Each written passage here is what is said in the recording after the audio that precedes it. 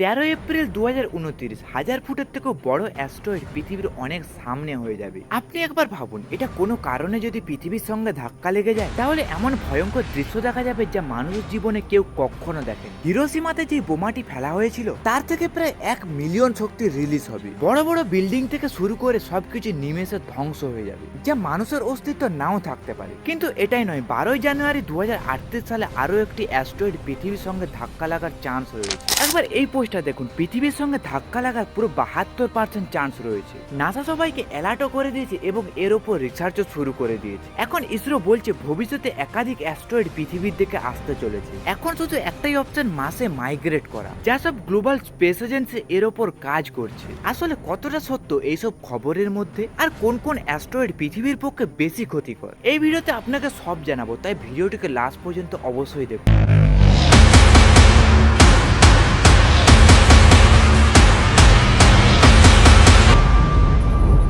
মূলত অ্যাস্ট্রয়েডকে ছোট প্ল্যানেট টয়েসও বলা হয়, কারণ এইগুলো এক একটা প্ল্যানেটের মতো হয়। আসলে এই বড় বড় পাথরগুলো প্ল্যানেটের বেল্টে ঘুরতে থাকে। সাইজে এইগুলো 10 থেকে 20 মিটারও হতে পারে, আবার 100 থেকে 200 কিলোমিটারও হতে পারে। সব থেকে ছোট অ্যাস্ট্রয়েড যেটা রয়েছে সেটা মাত্র 2 মিটার, আর সব থেকে বড় অ্যাস্ট্রয়েড হচ্ছে 940 কিলোমিটার, যার নাম হচ্ছে সেরেস। আর সব থেকে বেশি অ্যাস্ট্রয়েড রয়েছে মার্স আর জুপিটারের মধ্যে, যা মিলিয়নের থেকেও বেশি অ্যাস্ট্রয়েড রয়েছে। আর দুটো অ্যাস্ট্রয়েডের মধ্যে ডিস্টেন্স থাকে প্রায় 1 মিলিয়ন কিলোমিটার। আর কখনো এমন হয় যে অ্যাস্ট্রয়েড তার অ্যাস্ট্রয়েড বেল্ট থেকে বাইরে বেরিয়ে যায় আর পৃথিবীর দিকে চলে আসে, তখন ওকে আমরা বলে থাকি NEOS। আর নিও শুধু অ্যাস্ট্রয়েডই নয়, বরং ধূমকেতুও হতে পারে, আবার মিটিওস, মিটিওরাইটও হতে পারে। এখন আপনারা বলবেন এদের মধ্যে পার্থক্য কি? সবগুলাই তো উল্কাপিণ্ড যা স্পেসে উড়তে থাকে। যেমন অ্যাস্ট্রয়েড তৈরি হয় পাথর আর মেটাল দিয়ে, আর কমেটস তৈরি হয়ে থাকে বরফ, পাথর আর ডাস্ট দিয়ে। অ্যাস্ট্রয়েডকে মার্স ও জুপিটারের মাঝে অ্যাস্ট্রয়েড বেল্টে পাওয়া যায়, আর ধূমকেতুকে কাইপার বেল্টে পাওয়া যায়।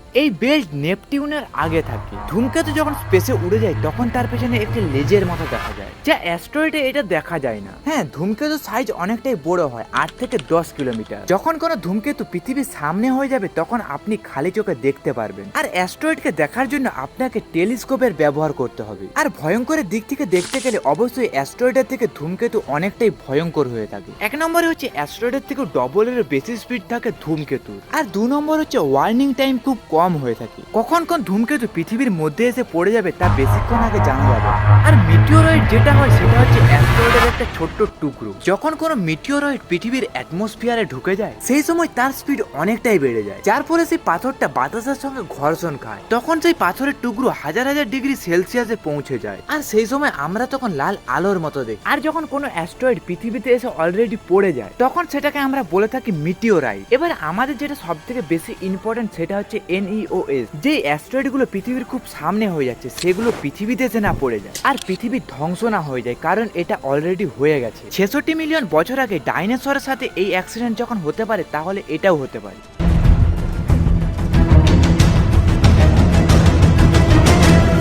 কিন্তু এখানে আপনি দাঁড়িয়ে যান, কারণ এই 2038 সালের অ্যাস্ট্রয়েডের খবরটা সম্পূর্ণ ফেক নিউজ। আবার এই নিউজটা নাসা বানিয়েছে, তাহলে ফেক কিভাবে হলো? নাসা এখানে একটা পরীক্ষা করছিল, আর যদি তারা বুঝতে পারে 2038 সালে যদি কোনো অ্যাস্ট্রয়েড পৃথিবীতে এসে পড়ে তাহলে তারা এই অ্যাস্ট্রয়েডকে বাধা দেওয়ার জন্য কি কি করতে পারবে। এটা একটা মক টেস্টের মতো ছিল, যা 100 জনেরও বেশি সায়েন্টিস্ট এই টেস্টে অংশগ্রহণ করেছিল।